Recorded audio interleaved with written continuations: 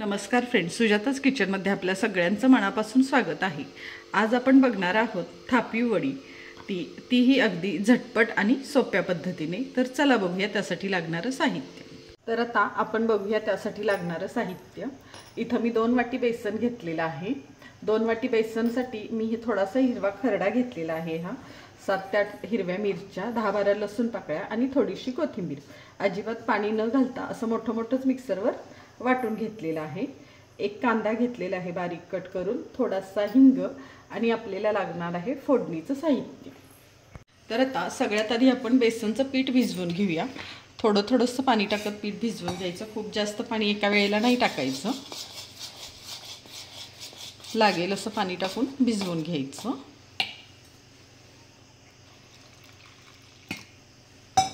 व्यवस्थित भिजवून सगळ्या गुठळ्या वगैरे फोडून एकसारखं पीठ आपण सरबरीत भिजवून घेऊया। आहे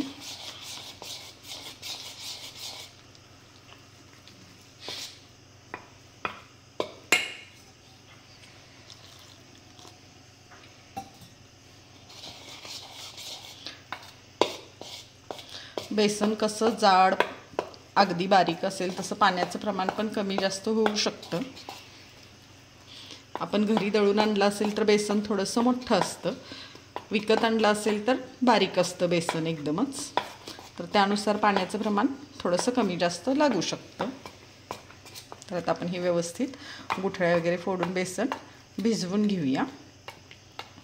तर आता तुम्ही बघू शकता इथं आपण बेसन व्यवस्थित भिजवून घेतलेले, खूप असं पातळ नाही केलेलं, बऱ्यापैकी असं घट्ट आहे। फक्त सगळ्या गुठळ्या वगैरे व्यवस्थित फोडून घेतलेल्या आहेत। तर आता आपण फोडणी करूया। इथं मी कढई गरम करून घेतलेली आहे। त्याच्यात आता आपण एक 3 ते 4 चमचे तेल टाकूया।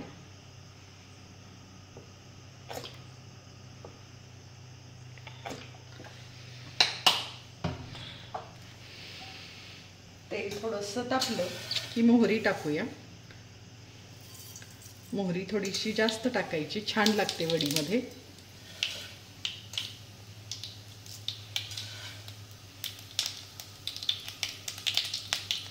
मोहरी तडतडू देऊया चांगली।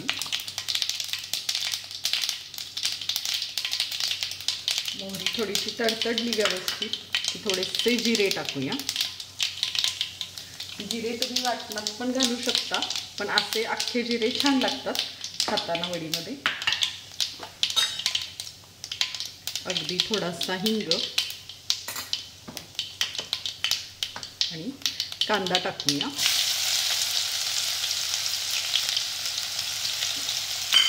आणि कांदा छान परतून घेऊया आधी व्यवस्थित। असा कच्चा नाही राहिला पाहिजे अजिबात कांदा। एक 2-3 मिनिट छान परतून घेऊया कांदा। आता तुम्ही बघू शकता आपला कांदा छान परतलेला आहे इथं। आता याच्यात आपण जे हिरवं वाटण घेतलेलं आहे ते टाकूया। ते पण तेलात व्यवस्थित भाजून घेऊया। छान मस्त खमंग असं परतून घेऊया। हे लसूण मिरचीचा पूर्ण कच्चापणा जाऊपर्यंत थोडंसं मीठ टाकूया।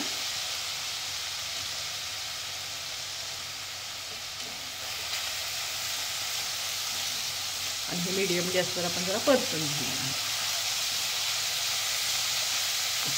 आपलं हे झालंय परतून, याच्यात आता आपण थोडीशी हळद टाकूया।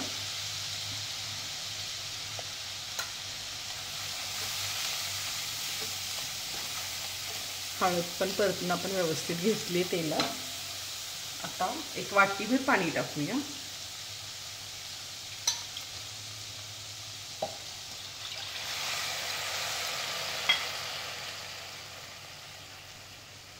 एक वाटी 1.5 वाटी आपण पाणी टाकून घेऊया। जरा मिक्स करूया व्यवस्थित पुन्हा एकदा हे सगळं आणि पाण्याला उकळी येऊ देऊया। आता तुम्ही बघू शकता इथं आपल्या फोडणीला छान उकळी आलेली आहे। इथं गॅस बारीक केलेला आहे आता मी। तर आता आपलं जे आपण बेसन भिजवून घेतलेलं आहे ते थोडंसं पुन्हा एकदा व्यवस्थित मिक्स करून घेऊया आता। आणि हे बेसन आपण आपल्या ह्या फोडणीत सोडूया। हे सोडत असताना एका हाताने हलवायचं आणि एका हाताने सोडायचं, असं व्यवस्थित करायचं. आणि या वेळेला गॅस बारीकच ठेवायचा, मोठा नाही करायचा गॅस. असं व्यवस्थित मिक्स करत करतच बेसन पातेल्यातलं सगळं आपण टाकून घेऊया. बघू शकताय तुम्ही बऱ्यापैकी घट्ट होतंय आता मिश्रण आपलं. छान असं मिक्स करून घेऊया. हे सगळं पीठ पण सगळं टाकून घेऊया.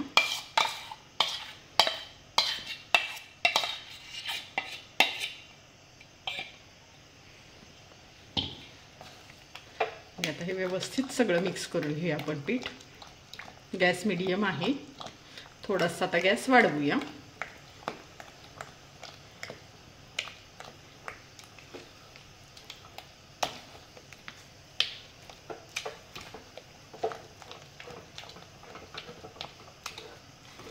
छान मिक्स झालेलं आहे आपलं.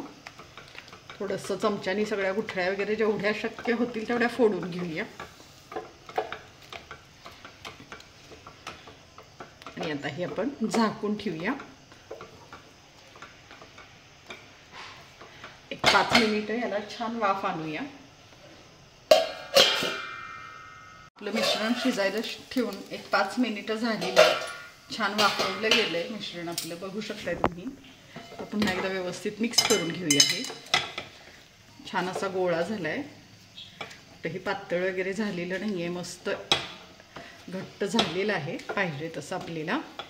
आणि शिजले का कसं ओळखायचं तर थोडंसं पाण्याचा हात लावून बघायचं, अजिबात चिटकत नाही हाताला, म्हणजेच आपलं मिश्रण हे झालेलं आहे. आता आपण इथं एक ताटाला तेल लावलेलं आहे, त्या ताटात आता हे काढूया. आणि चमच्यानीच व्यवस्थित हे पसरून घेऊया ताटात गरम असतानाच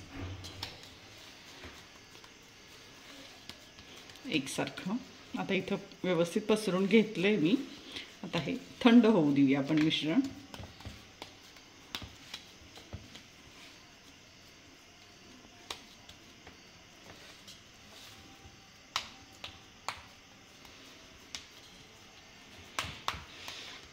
आता हे आपण थंड होऊ देऊया असंच एक 10-15 मिनिट.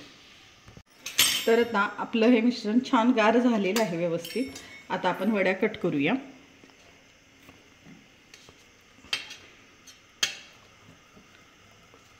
तुम्हाला हव्या तशा लहान मोठ्या तुम्ही वड्या कट करू शकता.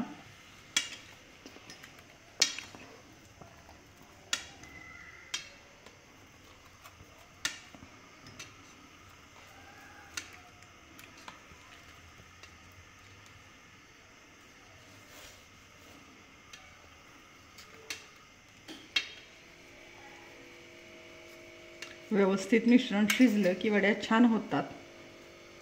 ह्या वड्या प्रवासात वगैरे न्यायला छान राहतात पण. तर आपण ह्या सगळ्याच वड्या कट करून घेऊया.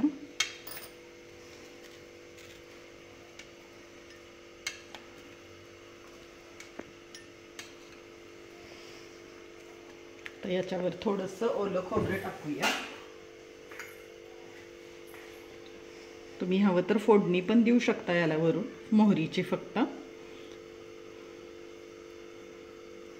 आता ह्या वड्या आपण काढून घेऊया.